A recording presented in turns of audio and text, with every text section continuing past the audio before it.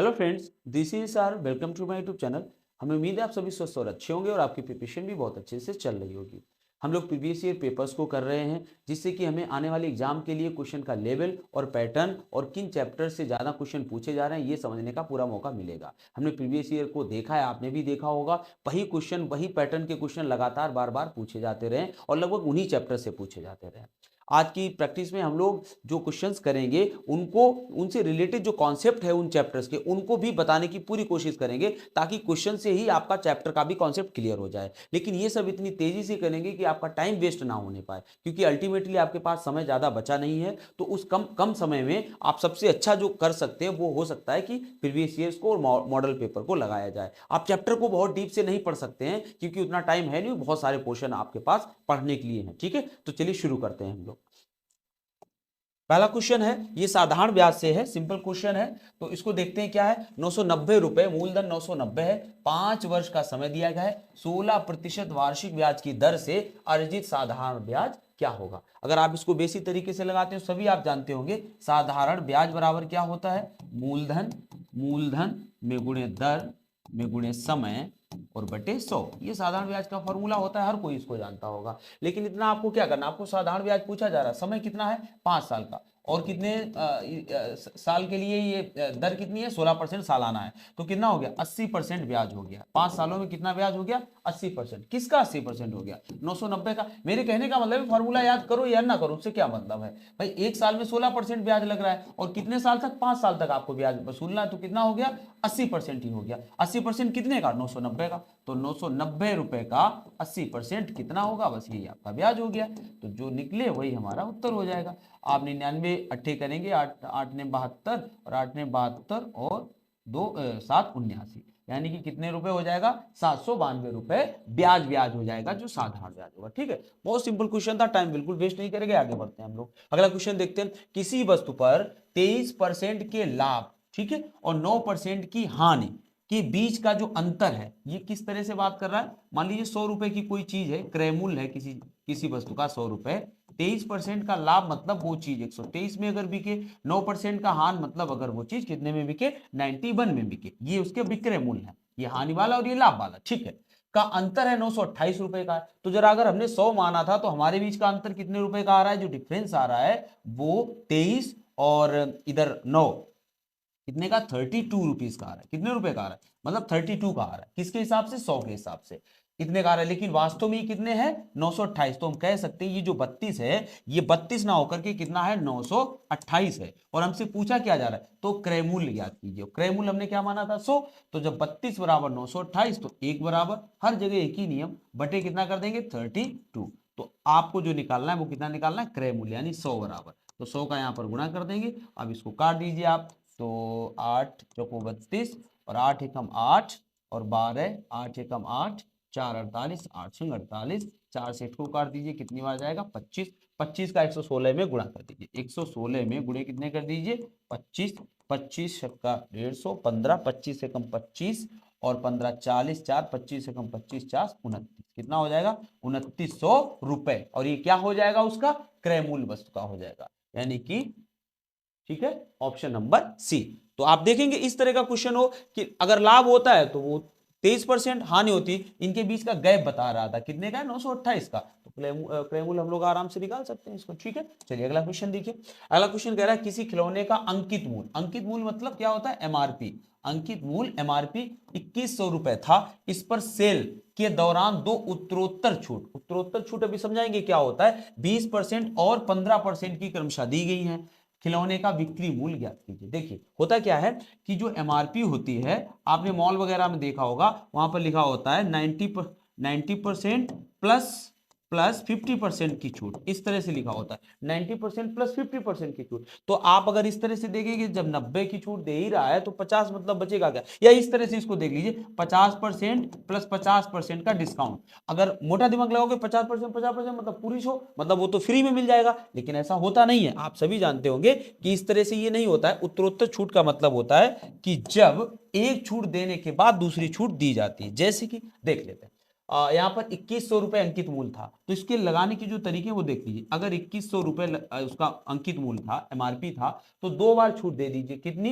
एक बार 20%। तो मान लीजिए ये चीज जो है एमआरपी है और ये अपने आप में कितनी है? 100 है। अब हम 100 के बाद छूट दे रहे हैं कितने परसेंट की? 20% की। तो चीज कितने में बिक जाएगी? 80 में। तो ये 100 वाली दी है, 80 वाली निकाल ली है। ठीक है, अब जो आएगा ये फिर से एक मूल बन जाएगा और वो फिर से इस पे छूट देगा कितने परसेंट की?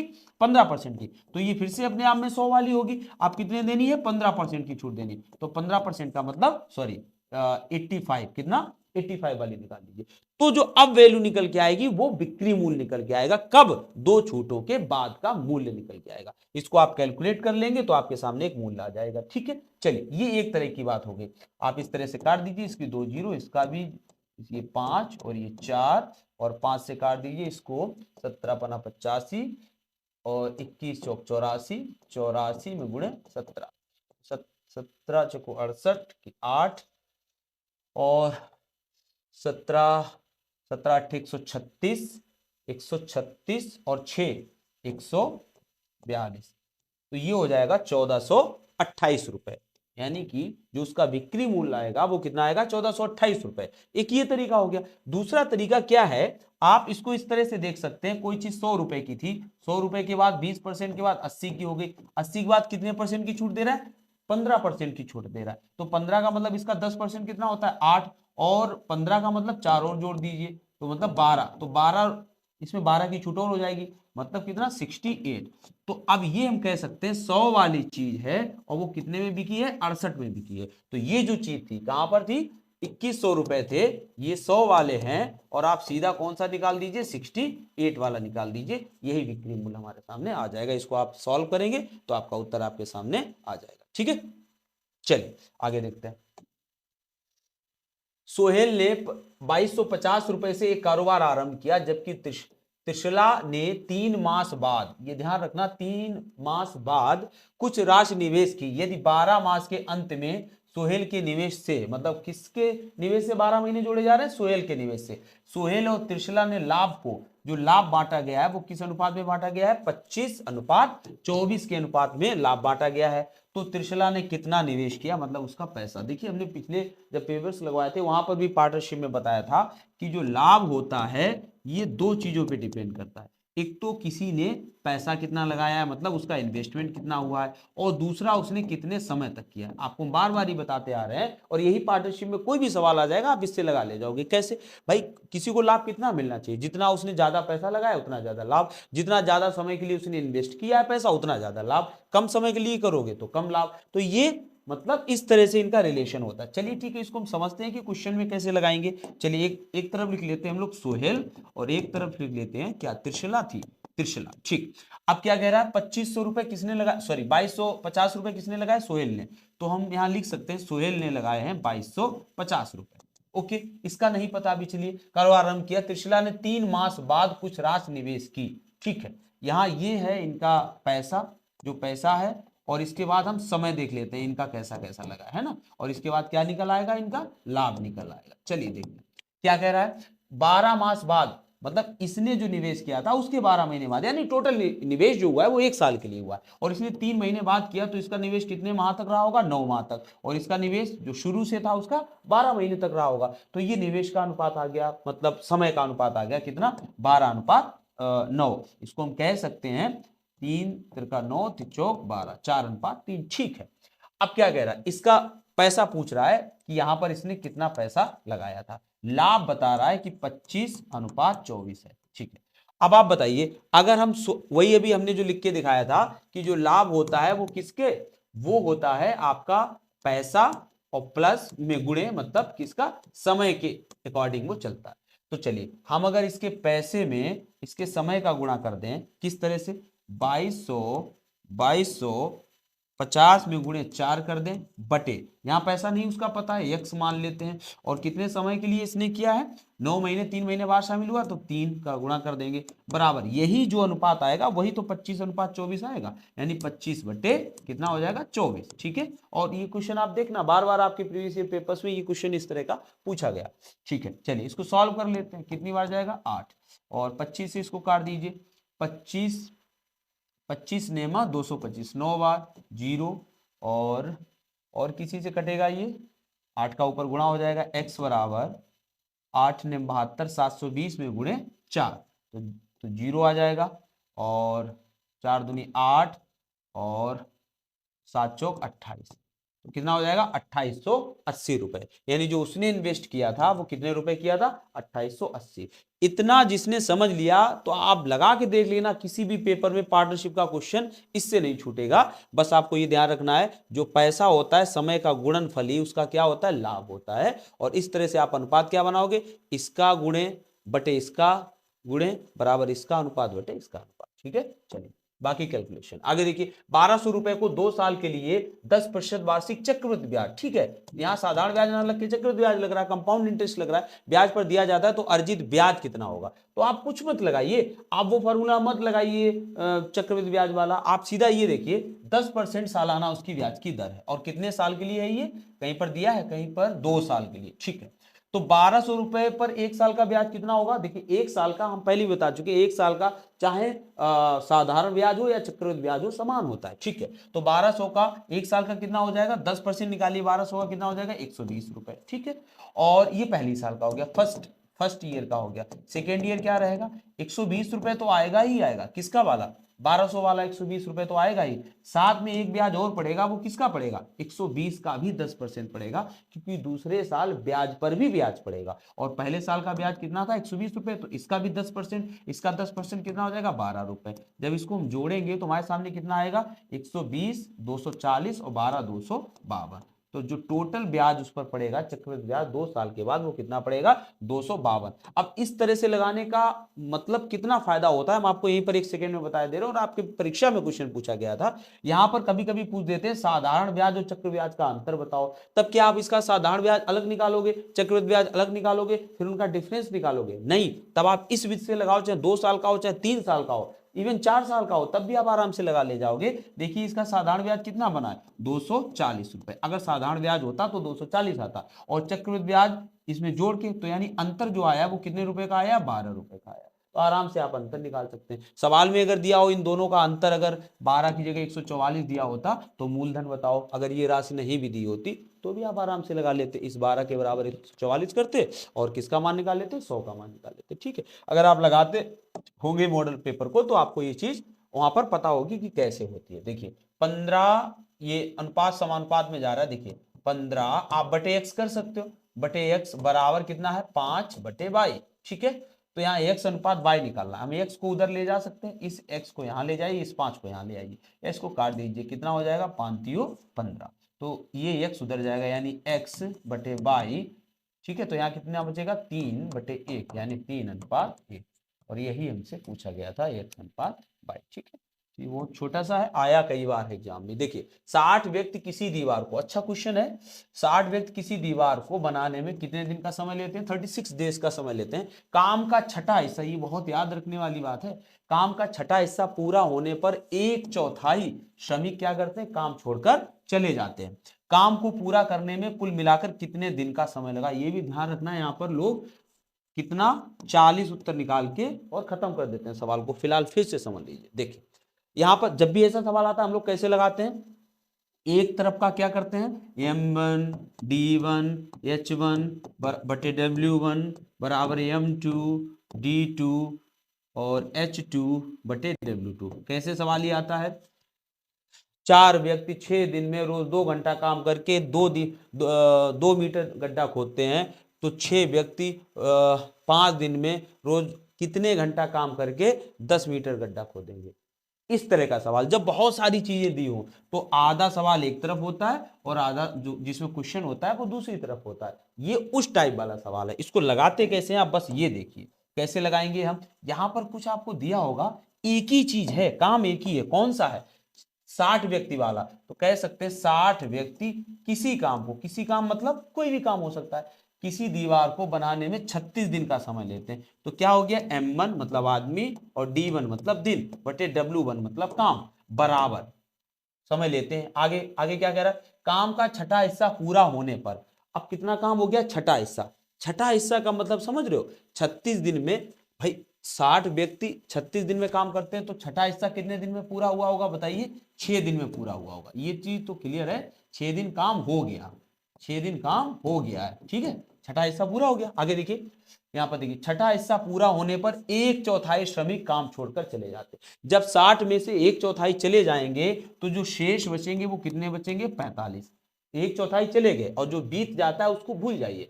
15 चले गए, 1/4 चले गए, काम को पूरा करने में कुल मिलाकर कितने दिन का समय लगेगा?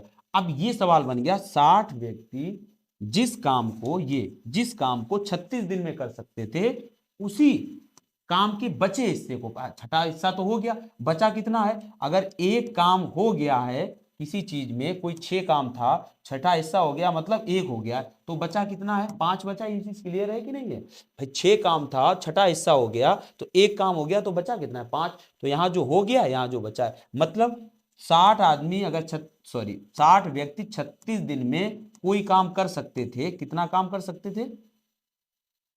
एक सेकेंड रुक जाइए।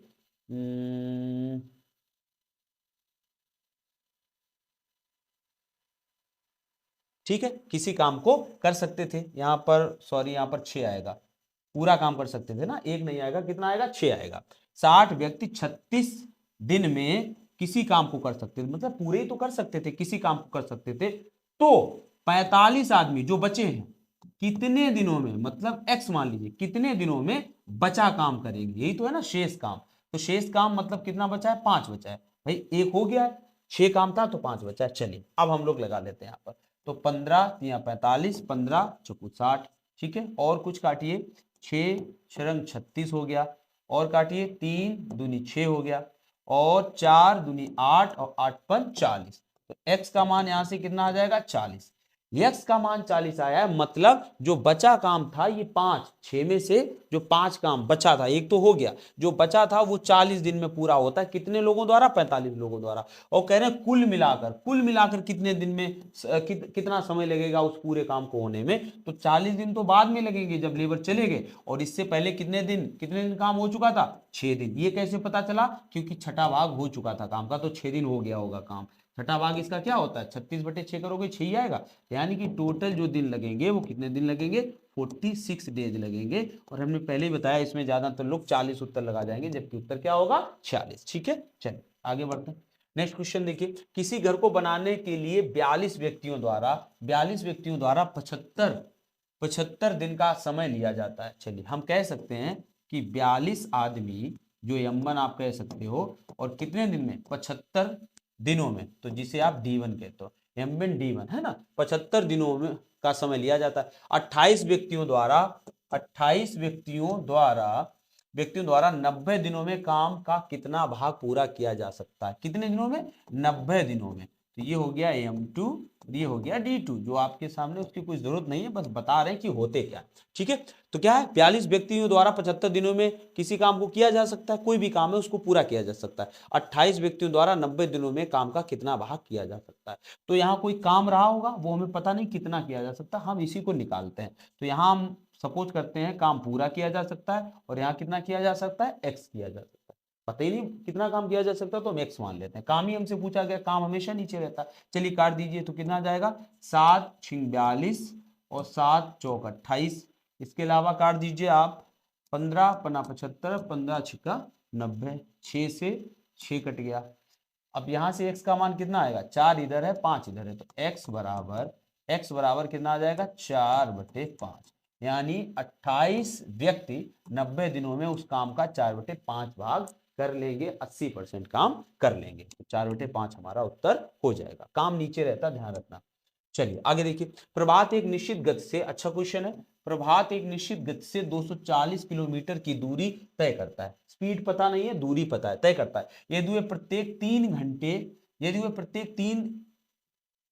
वह प्रत्येक घंटे 3 किलोमीटर अधिक तेज गति से साइकिल चलाता, मतलब अगर उसकी स्पीड जो नॉर्मल स्पीड थी उससे 3 किलोमीटर प्रति घंटा ज्यादा होती, तो वह गंतव्य तक पहुंचने में कितने घंटे? 4 घंटे कम समय लेता। जाहिर सी बात है स्पीड अगर बढ़ा देगा तो टाइम उसको कम लगेगा, कम समय लेता। प्रभात ने वास्तव में साइकिल कितने किलोमीटर प्रति घंटा की गति से चलाई, तो हमसे जो पूछा जा रहा है उसकी वास्तविक चाल पूछी जा रही है। क्या पूछी जा रही है? वास्तविक चाल। अब अगर आप इसको बहुत बेसिक तरीके से लगाओगे तो इसी सवाल में 15 क्वेश्चन का टाइम लेके चले जाओगे। इसलिए सबसे पहले हमें सोचना है हम करें क्या। हमारे सामने दूरी है, चाल है नहीं, समय है नहीं, लेकिन क्या है, समय का अंतर तो मिल गया है। मतलब अगर स्पीड बढ़ा के चले तो इतने घंटे कम लगेंगे, तो समय का अंतर मिल गया। समय का अंतर भी समय ही तो होता है, तो हम कह सकते हैं समय का अंतर क्या है। यहां अगर हम लिखें समय का अंतर, ये कैसा अंतर होगा आप सोच के देखो। जब स्पीड कम होगी तो ज्यादा समय लगता होगा, जब स्पीड ज्यादा होगी तो कम समय लगता होगा। तो कब ये चाल, मतलब अब हम लिखी क्या आप खुद ही समझिए, जब स्पीड कैसी होगी, ज्यादा होगी, जब स्पीड ज्यादा होगी माइनस जब स्पीड कैसी होगी, कम होगी, तब का ये समय का क्या आएगा, अंतर। कैसे? देखो दूरी देखो कितनी है, 240, और समय बराबर होता क्या है, दूरी बटे चाल। तो दूरी है 240 बटे चाल, कौन वाली चाल, उसकी जो नेचुरल चाल थी वो कितनी थी, x। ठीक है, समय बराबर दूरी बटे चाल माइनस अंतर है ना, समय बराबर दूरी बटे चाल। अब वही दूरी किस चाल से चलवाएं, x, और कितनी ज्यादा कर लेता है, 3 किलोमीटर प्रति घंटा, x+3, तब समय का जो अंतर आता है वो 4 का आता है। अगर इतना आप बना ले गए, फिर 1 सेकेंड का क्वेश्चन आपके सामने बचा है। समय का अंतर, समय का अंतर कितना, 4 घंटे का। तो ये जो समय है माइनस ये कौन सा समय है, जो बढ़ाने के बाद, चाल बढ़ाने के बाद आता है। अब आप इसको अगर लगाओगे तो फिर गलती है, यहां पर हम x की वैल्यू रख लेते हैं। अब आप सोच के देखिए, क्या x की वैल्यू 9 रखी जा सकती है, नहीं रखी जानी चाहिए, क्योंकि 240 नहीं कटेगा। 10 रखी जा सकती है, हाँ रखी जा सकती है, 10 रखेंगे तो यहां तो रखी जा सकती है, लेकिन यहां 10 में 3 जोड़ेंगे 13 हो जाएगा, 13 से फिर 240 नहीं कटेगा। तो अभी इसको भी ब्रेक दे दीजिए, क्या 12 रखी जा सकती है, हाँ 12 दोनों तरफ रखी जा सकती है। तो यहाँ x का मान क्या रखने पर, 12 रखने पर, और यहाँ x का मान 12 रखेंगे तो कितना मान हो जाएगा, 15। अब आप 12 का भाग लगाइए तो 12 दूनी 24, यहाँ 20 घंटे लग रहे हैं। अब यहाँ 15 का लगाइए तो कितनी बार जाएगा, ये 16 बार जाएगा। तो 20 और 16 का अंतर कितना होता है, 4, और यही हमारा अंतर समय में था। तो हमारा सेटिस्फाई हो रहा है, यानी हम बाई ऑप्शन इसको उठा लेंगे, और ऑप्शन हमारा कौन सा हो जाएगा, सी। ऑप्शन चूज करने का भी तरीका आपको बता दिया, वहां भी सेंस लगाइए कौन सा रखें। अगर ये भी ना कट रहे हो, सभी कटने वाली वैल्यू होती तो कोई भी आप मिडिल वैल्यू वहां पर पकड़ सकते थे। ठीक है, इस तरह से इस सवाल को आप लगा सकते हो। अगला क्वेश्चन देखिए, स्थिर जल में, देखिए ये वाटर एंड स्टीम का सवाल है। स्थिर जल में रजनी, अभी तक प्रीवियस ईयर पेपर्स में वाटर एंड स्टीम का सवाल नहीं आया था, ये पहला सवाल है। स्थिर जल में रजनी 7.5 घंटे में 135 किलोमीटर नाव चला सकती है। देखिए नाव के बारे में अगर हम आपको बताएं, बस 2 बातें आप समझ लीजिए। ये मान लीजिए कोई नदी है, बस 1 सेकेंड में आपको बताए दे रहे हैं, धारा कुछ इस तरह से इधर के लिए बह रही है। तो आप बस सोच के देखिए, यहां पर अगर नाव इस तरफ के लिए जा रही है, किस तरफ जा रही है, इधर के लिए जा रही है, तो उसकी जो गति होगी, नाव की गति जो होगी, तो कैसी हो जाएगी, एक तो नाव वाली और प्लस उसमें किसकी जुड़ जाएगी, धारा वाली। क्लियर है ना ये चीज, जिस तरफ धारा बह रही है अगर उसी तरफ नाव चलेगी तो जो सापेक्ष गति आ जाएगी वो कितनी आ जाएगी, नाव और धारा की जुड़ जाएगी। एक बात हो गई। दूसरी बात, अगर हम नाव को इस तरफ के लिए चला दें, किस तरफ के लिए, इस तरफ के लिए चला दें, तो फिर क्या होगी, वो धारा को काटेगी, मतलब धारा को काटेगी लेकिन चलेगी तो फिर भी, बट स्पीड कम हो जाएगी। तब क्या हो जाएगी, सापेक्ष चाल जो निकल के आएगी वो नाव में माइनस किसकी आएगी, धारा। ये कोई रटने वाली चीज नहीं, समझने वाली चीज, आप सभी जानते होंगे। सापेक्ष चलेगी तो तेज चलेगी, अगर काट के आएगी दूसरी तरफ, बह रहा पानी उस तरफ इस तरफ आएगी तो क्या हो जाएगी, नाव की चाल से किसकी चाल घटानी पड़ेगी, धारा की चाल घटानी पड़ेगी। ठीक है, इतनी बात आपको पता होगी भी, पहले से ही होगी। ठीक है, अब यहां पर हम देखते हैं इसको, क्या क्वेश्चन था हमारा क्वेश्चन था रजनी 7.5 घंटे में 135 किलोमीटर नाव चला सकती, कब, स्थिर पानी में। ठीक है, जबकि वह धारा के विपरीत, अब यहां ध्यान रखना, धारा के विपरीत 4 घंटे में 48 किलोमीटर नाव चला सकती है। पानी की धारा की गति बताओ। स्थिर पानी में चाल उसकी बता दी गई है, फिर धारा के विपरीत बता दी गई है और दे दिया गया है। ठीक है, और हमें किसकी पूछा जा रहा है, धारा की चाल बताइए। चलिए ठीक, अब बताओ यहां पर हम ये देखें कि दूरी तो सेम ही है, सॉरी यहाँ 48 किलोमीटर है, तो यहाँ समय जो समय कितना लग रहा है, 4 घंटे का। तो यहाँ चाल क्या रही होगी, यहाँ चाल रही होगी कितनी, 48 बटे 4, यही तो चाल रही होगी। समय बराबर, सॉरी चाल बराबर दूरी बटे समय, यही तो रहा होगा 48 बटे 4, यानी कितनी चाल रही होगी, 12 किलोमीटर पर आवर। ये चाल रही होगी, कब रही होगी? विपरीत में। ध्यान रखना, दोनों चालें ही हम पहले निकाल लेते हैं। अब दूसरा देखिए, यहां पर चाल क्या रही होगी, देखो जरा, 135 किलोमीटर है। चाल बराबर दूरी बटे समय कितना लग रहा है? 7.5 घंटे का। 7.5 घंटे का लग रहा है। अब इसको डिवाइड कर दीजिए तो कितना आ जाएगा? ये 75 से काट दीजिए। तो 75 से जब आप काटेंगे तो ये जाएगा 25 तियो 75 और 25 पंचे 125, कितना बचा है? 10, 100 हुआ, 25 चौको 100 और 18 तिया 54। तो यहाँ कितना आ जाएगा? 18। अब देखो, यहां आया 12, यहां आया 18। ये कौन सा है? ये है स्थिर जल में। कब है ये चाल? स्थिर जल में चाल है। ये कब है? ये विपरीत है। अब आपको हमने पहले ही बता दिया था, स्थिर जल में जो चाल होती है वो नाव की चाल है। विपरीत कब हुई? जब इसने धारा को काटा होगा। तो वास्तविक चाल अगर ये 18 है और जबकि विपरीत में 12 आई है, तो इनके बीच का डिफरेंस कितने का है? 6। यही 6 किलोमीटर प्रति घंटा क्या बह रही होगी? वो नदी बह रही होगी जिसमें वो गाड़ी या जो नाव जो है वो चल रही है। ठीक है, 18 आ रही स्थिर पानी में, यानी उसकी वास्तविक गति है नाव की। अब वो 12 ही चल पा रही है जब विपरीत चल रही धारा के, तो कितने का अंतर आ रहा है? 6 किलोमीटर प्रति घंटे का आ रहा है। यही उसकी धारा की चाल रही होगी, उसी को काटा है उसने। ठीक है ना? तो यहाँ कुछ रटने की जरूरत नहीं कि आप फॉर्मूला रटो। चलिए यहाँ पर देखिए, सिंप्लीफिकेशन BODMAS का क्वेश्चन है। सबसे पहले ब्रैकेट ओपन करते हैं ना, फिर ऑर्डर या ऐसा कुछ दिया नहीं है, यानी डायरेक्ट हम ब्रैकेट के बाद क्या करेंगे? भाग, और इसके बाद गुणा, फिर जोड़, फिर घटाना। तो ब्रैकेट यहां से छोटा है तो यहीं से देख लीजिए, उसमें भी सबसे पहले भाग लगा लेते हैं। 15 आएगा इसका मान, 15 में गुणे कितना गुणे होगा? 5, 15 पना 75 हो जाएगा। तो इसकी जगह पर कितना आ जाएगा? 75 आ जाएगा। कितना? 75, वो भी किसका? माइनस का। तो कितने में? 31 में माइनस 75। ये तो इधर लिखा रहने दीजिए। अब इसको आप 31 से 75 जब घटाओगे तो कितना आ जाएगा? माइनस का 44 आ जाएगा। ये माइनस का 44 यहां पे है। अब ये इतना आया, इधर माइनस 44 आ गया। देखिए, अब इधर देखिए, -44, ये माइनस अंदर जाएगा तो प्लस हो जाएगा, और कितने में? 30 में। ये इधर छोड़ दीजिए, अब यहां से छोड़ दीजिए। अब 30 और ये कितना हो जाएगा जाके? 4 74, 74 हो गया।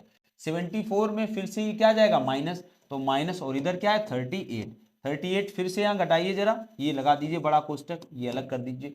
अब इसको आप घटाइए तो कितना बचेगा? ये 4 और 4 और 6 3 34 बचेगा। 34, 34 और सॉरी कुछ गड़बड़ हुआ है क्या? 14, 14 से 8 गए, 8 6 36 बचेगा। कितना बचेगा? 36। और यहाँ कितना है? 72। और इसमें किसका चिन्ह है? भाग का। तो 36 का भाग जब 72 में लगाएंगे, 36 बचेंगे कौन से? माइनस वाले। कौन से बचेंगे? 38 से -74, तो -36। जब भाग लगाएंगे तो कितना आ जाएगा? -2 आ जाएगा। तो सिंपल क्वेश्चन है, कैलकुलेशन का है, आप देख सकते हैं इसको। बहुत ज्यादा समझाने की उसमें बात है नहीं। ये जोड़ है, गलती इसमें लोग कर देते हैं, इसलिए इस तरह के क्वेश्चन आते हैं जोड़ने में। तो यहाँ पर क्या है? 11.3 है, यहाँ पर 1.13 है, यहाँ पर 0.113 है, यहाँ पर 0.0113 होगा। आप इसको जोड़ लीजिए आराम से, आपका आ जाएगा 3 4 5, 3 1 4 1 5 और 3 1 4 1 5, 1 1 2 1, 125.5543, 125.5543। ये इसलिए रखे जाते हैं ताकि जल्दी में कोई गलती ना कर जाए। 16, 24 और 28 में से प्रत्येक द्वारा विभाजित होने वाली सबसे बड़ी अंकों,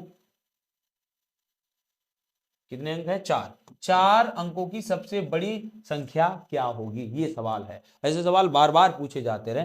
4 अंकों की सबसे बड़ी संख्या क्या होती है? 9999। बशर्ते ये किससे कटनी चाहिए? 16, 24 और 28 से। मतलब क्या? इनके लासा से कटनी चाहिए। कोई संख्या अलग से इंडिविजुअल कटेगी तो मतलब इनके लासा से कटेगी। और इनका लासा कितना होता है? तो लासा निकालने की भी तरीका अपने आप में है। 16, 24 और 28, इसको स्टेबल कर लेते हैं। इसमें जो कॉमन है उसको हटा दीजिए। 4 कॉमन है, 4 से 16, 4 से 28, तो यहाँ 4 लिख दीजिए। 1 4 हटा दीजिए। 24 और इसमें क्या? इसमें भी 4 ही कॉमन है, तो 4 6 24 कर दीजिए, बाकी हटा दीजिए। 4 और 6 में क्या कॉमन है? 2 कॉमन है, तो 2 दूना 4 कर दीजिए। ठीक है, अब देखिए 6 दूनी 12, 12 का गुणा करेंगे 8 में तो कितना हो जाएगा? 12 8 96, 6 और 9, 12 दूनी 24, 24 और 9 33, यानी 336। इसका क्या आएगा? एलसीएम। बस इस एलसीएम से ये कटनी चाहिए, 336। अब आप सभी जानते होंगे कि 4 अंकों की सबसे बड़ी संख्या तो होती है 9999। वो ये पूछ रहा है कि ऐसी कौन सी बड़ी से बड़ी संख्या जो इनसे कटती है, क्या जरूरी है ये कटे, देखते हैं कटती है कि नहीं कटती है। कितनी बार जाएगा, 2 बार जाएगा, 2 बार देंगे, 36 दूना 72 और 3 दूनी 6, कटा के देखिए 7 बचेगा, यहाँ 2 बचेगा और यहाँ 3 बचेगा, 327, फिर से 9। अब कितनी बार हम लोग काटेंगे इसको, 8 तिया 24, 9 तिया 27, 9 बार काट दीजिए। अच्छा, 9 छंग 54 की 4 और 9 तिया 27, 27, 9 छंग 54 की 4, 5, 9 तिया 27 और 5 32, 3 और 9 तिया 27 और 3 30। तो घटाएंगे कितना आ जाएगा, ये 5 आ जाएगा और ये भी कितना आ जाएगा, 5 आ जाएगा और यहाँ 255 आ जाएगा, जो क्या होगा, शेष होगा। अब आप देखिए, चाहे क्वेश्चन सबसे छोटी संख्या के बारे में है चाहे बड़ी संख्या के बारे में, आपको एक बात ध्यान रखनी, सबसे बड़ी ये संख्या है, इसमें अगर हम कुछ भी जोड़ते हैं तो वो 6 अंक की संख्या हो जाए, 5 अंक की संख्या हो जाएगा। ये 4 अंक की सबसे बड़ी है, इसमें अगर एक भी आप जोड़ देते हैं तो वो कितने अंक की हो जाएगी, 4 अंक की ना होकर के 5 अंक की हो जाएगी। तो हमारा क्वेश्चन ही, मतलब उसकी कंडीशन ही खत्म हो जाएगी। यानी कि अब होता क्या, 336 से ये पूरी या तो कटनी चाहिए थी, नहीं कटी, क्यों, क्योंकि इतना ज्यादा आ गया। अब या तो इसमें हम क्या करें, ये चीज हटा दें, इसमें से ये चीज हटा दें, तब जो संख्या बचेगी वो इससे पूरी कटेगी, और हटाने में ही फायदा है। अगर कुछ ऐसा जोड़ोगे कि इस 255 है और इतना जोड़ दें कि 336 यहाँ हो जाए, तो फिर वो कितने अंक में चली जाएगी, ज्यादा हो जाएगी। तो जब आपको बड़ी से बड़ी हो तो आप घटा ही दीजिए इसको। जब आप घटाओगे तो कितना बचेगा, 4 और ये 4 और कितना बचेगा, 7 और 9, यानी 9744 ऐसी संख्या होगी जो किससे कटेगी, इन सभी से कटेगी, 9744। ठीक है, तो ये ध्यान रखना, कब जोड़ा जाता है कब घटाया जाता है। सबसे छोटी आती है तब जोड़ा जाता है, सबसे बड़ी संख्या हो तो घटाया जाता है। तो 160, 720, 400 का मासा क्या होगा, तो मासा निकालने के लिए 160 को 16 में गुणे 10 और इधर 720 72 में गुणे 10 तो अलग ही हो जाएंगे, 400 में 40 में गुणे 10, 10 तो अलग कर लीजिए। फिर 16 में भी क्या है, 4 में गुणे 4, इसको तो अलग ही कर लीजिए, ये तो मासा हमारा हो ही गया है। ठीक है, 4 में गुणे 4 और ये 18 दिए 54, 18 चौक 72, 4 और ये कितना है, 10 चक्को 4, मतलब और कॉमन मिल रहा था, क्या मिल रहा था, 2, 2 और मिल रहा है इसमें, यहाँ भी 2 है, यहाँ भी 2 है और यहाँ भी 2 है, तो मतलब 4 दूनी 8 मिल रहा है। यहाँ भी 4 दूनी 8, बचेगा कितना, यहाँ 2 बचेगा, यहाँ कितना बचेगा, 9 बचेगा, हाँ ठीक है, और यहाँ कितना बचेगा, 5 बचेगा, तो यहाँ भी 8 मिल रहा है। तो 8 ये और 10, तो यानी 80 यहाँ पर क्या आ रहा है, मासा आ रहा है। ये जनरल जो लगा लेते वो ऐसे ही लगा लेंगे, उनके लिए कुछ भी नहीं है, बस हम इसमें अलग कर लेते हैं, जो जो कट रहा है उसको अलग कर दीजिए या सीधा काट दीजिए। 0 0 मतलब 10 तो मिल ही गया है। अब 8 बार 8 दूनी 16, 8 ने 72 और 8 पन 40, तो 2 9 5 है ना, आपस में कोई कॉमन इसमें फैक्टर बचा नहीं है, तो यानी कि 8 का गुणा हो जाएगा और हमारा कितना हो जाएगा, 80 हो जाएगा। ठीक है, बाकी आप वैसे भी लगा सकते हो, 160, 720, 720 और 400, और इस तरह से भी लगा सकते हैं ऐसे। ठीक है, चलिए आगे देखिए, नीचे दी गई संख्याओं में से कौन सी संख्या पूर्ण वर्ग नहीं है। पूर्ण वर्ग के लिए क्या होता है, पूर्ण वर्ग संख्या वही होती है जिसमें, पहले आप 1 सेकंड में इसको देख लीजिए, 1 का वर्ग 1, 2 का वर्ग 4, 3 का वर्ग 9, 3, 4 का वर्ग 16, 5 का वर्ग 25, 6 का वर्ग 36, 7 का वर्ग 49, 8 का वर्ग 64, 9 का वर्ग 81, बस यहीं तक देखिए। अब आप देखेंगे कि 1 आया है, 4 आया है, 9 आया है, 6 आया है, 5 आया है, फिर 6 आया, 9 आया, 4 आया, 1 आया, वही आई है, बार बार वही संख्या आ रही। तो जब भी किसी संख्या का आप वर्ग करोगे आपको ये फिगर मिलेगी, मतलब 0 इंक्लूडेड है इसमें भी।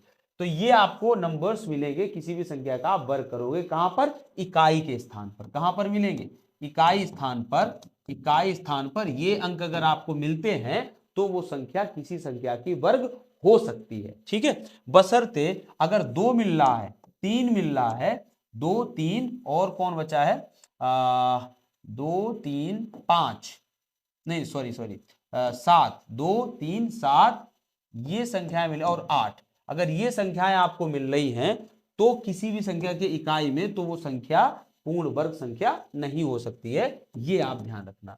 ठीक है, तो चलिए देखते हैं यहां पर कौन सी है, 2 3 7 किसमें है, 3 इसमें है, यानी यही संख्या है जो पूर्ण वर्ग संख्या नहीं होगी, ऑप्शन नंबर एक तो ये होता है। दूसरा होता है इसके जो बाद के अंक होते हैं वो 1 से लेके 24 तक किसी ना किसी संख्या के वर्ग हो सकते हैं, तो ये एक अलग मैटर है, नंबर सिस्टम वगैरह में इसको डीपली देखा जा सकता है। चलिए आगे बढ़ते हैं।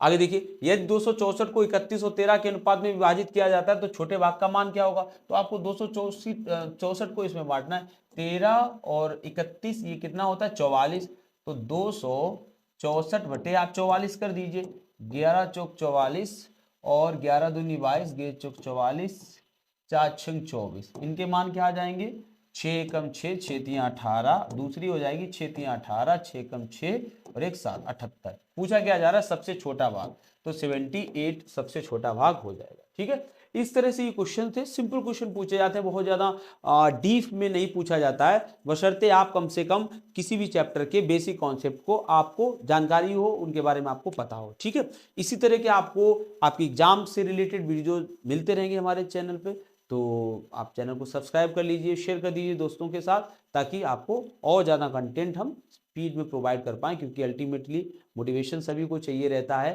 कि उसका कंटेंट वास्तव में पसंद किया जा रहा है या नहीं किया जा रहा है। Thank you for watching.